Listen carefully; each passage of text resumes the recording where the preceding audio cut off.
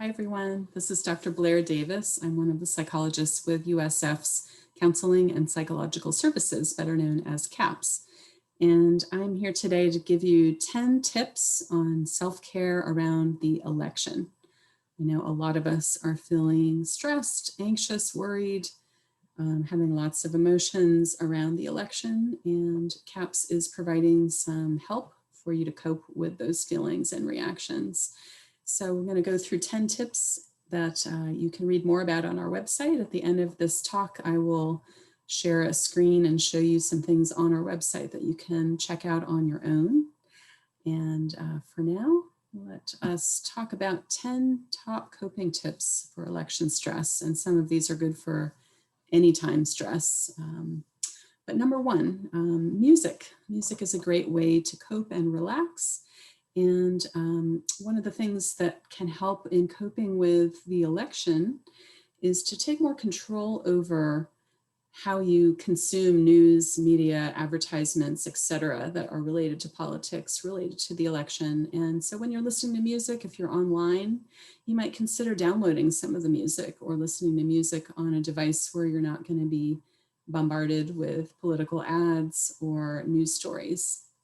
Tip number two, be thoughtful about who you're spending time with and who you're not spending time with. There may be people that you disagree with or that are adding to your stress around the election, and you might choose to spend less time or not spend time with them right now if that's hard for you, or you might choose to try to set boundaries with those people and agree not to talk about the election together.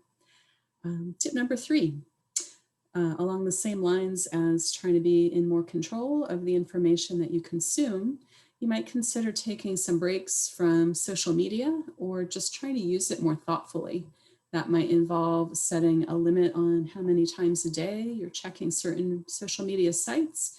Might be not checking certain sites if they're too difficult or triggering for you. It might be blocking or unfollowing certain people if the things that they're posting are really difficult for you right now. But again, we want to be mindful of the impact that the messages we see, the impact that those things have on us. And we want to try to control as much as we can how much, when, and what kinds of information we are taking in. Tip number four, it can be really great to watch a favorite TV show or favorite movie. That can be a good way to unwind, take your mind off of things for a little while, get away from the news, get away from the internet, and just take a little break and watch one of your favorites, something that you know will make you feel good, bring you some comfort, maybe give you a laugh. That is a really great coping tool. So number five, you might want to learn some new skills or practice some skills that you already have in one of CAP's virtual workshops. We offer a different mindfulness-based workshop every Monday from 12:10 to 1 p.m. And we offer a different wellness-related workshop every Wednesday from 12:10 to 1 p.m. There's more information about that on our website. So take a look on the CAPS website under services, and you'll see a page for workshops that lists the topics, lists the way to get in touch with us to sign up. You can sign up online or you can call us. But those can be some great ways to either build new coping tools or practice the ones that you already have. Tip number six, hang out with animals. Pets can be a really great way to reduce stress and cope, get some of that unconditional love. Pets are very unlikely to talk about the election, so that is a great way if you have access to a pet. Maybe you have a pet, maybe a friend has a pet. That can be a good way to unwind and cope. And if you don't have a pet, maybe FaceTime or Skype or Zoom with a pet at home if you're not at home.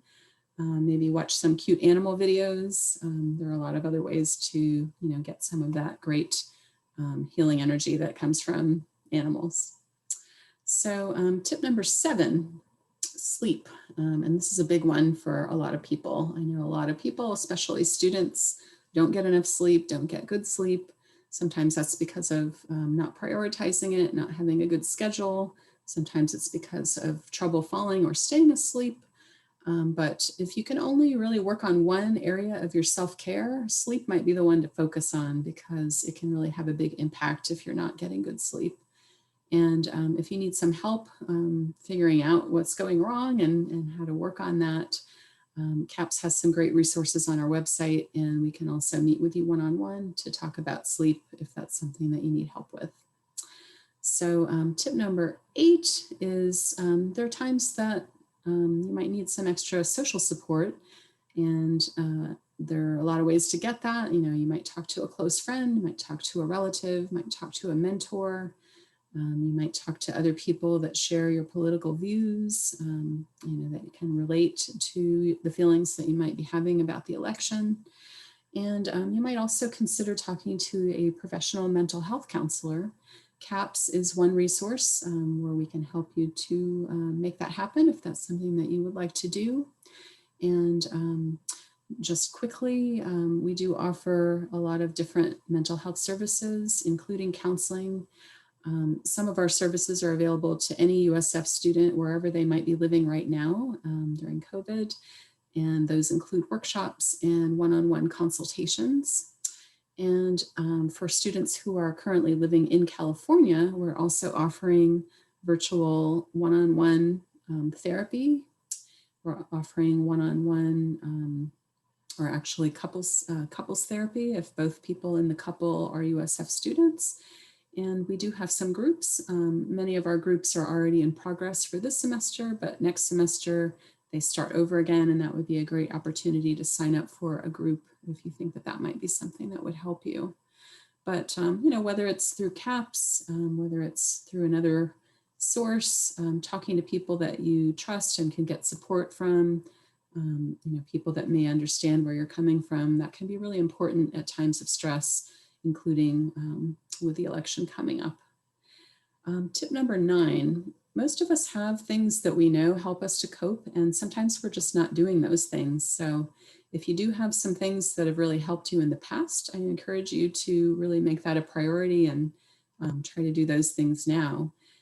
Usually with coping skills, it's better if we're doing them regularly than just on a one-time basis.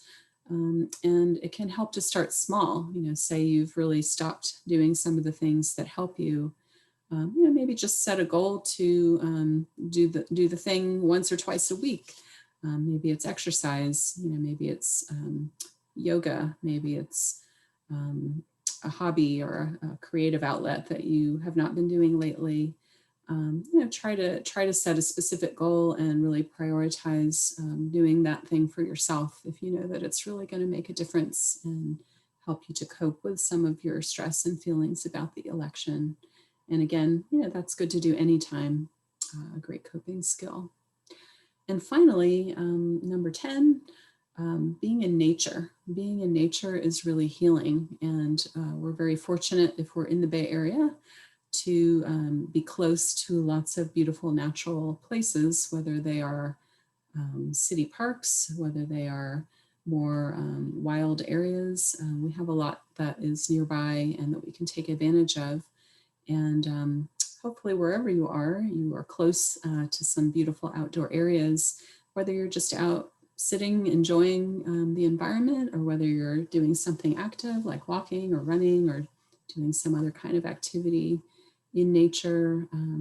It's something that can be really healing and really important to add to your toolkit for self-care. And again, you know, that is something that might help you to cope with the stress of the election, but it's something that can help you really anytime you need to build your coping skills. So as I said, to end this talk, I am going to share my screen and show you some things on the CAPS website that you might want to take a look at on your own. This is our home page. I have it kind of blown up so that you are seeing just the top part of it. Right here at the top, we have these rotating ads. The first one, the first banner, is election support. If you click on that, it will take you to our consultations page, and you can learn more about some one-on-one 30-minute consultation appointments that we're going to be offering next week to help people deal with feelings and stress around the election. We're also going to be offering some of those one-on-one consultations the week after the election. If you would like to sign up for one of those, give CAPS a call. There's more information on this page if you take a look at that. But also you can just give us a call during business hours at 415-422-6352 or 6351. You can see over here on the right-hand side of our website is also our contact information.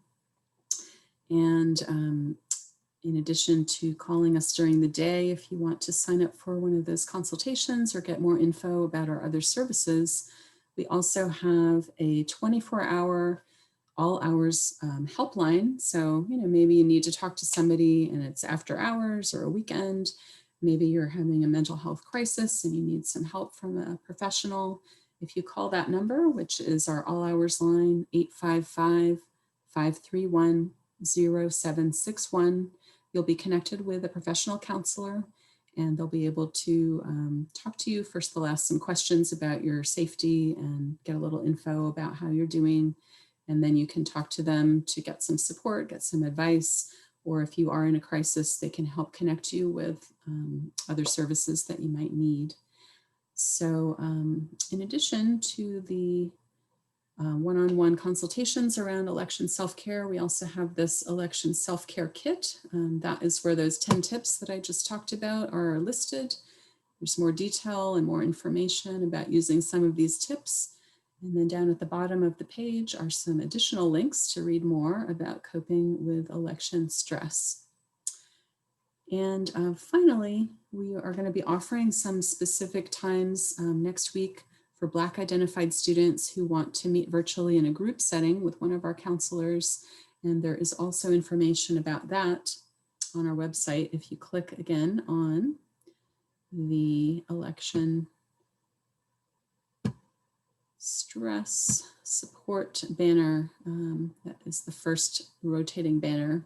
If you click on that and go to the consultations page, it talks not only about those one-on-one consultation meetings that you could sign up for, it also tells you about the group support meetings for Black identified students. So I hope that some of these tips and some of this information will be helpful in helping you to better manage your feelings, your stress, your worries, any reactions that you're having around the election. And just know that CAPS is here for you, so don't hesitate to take a look again at our website and see what resources we can provide for you, or give us a call to learn more or to sign up for one of our services.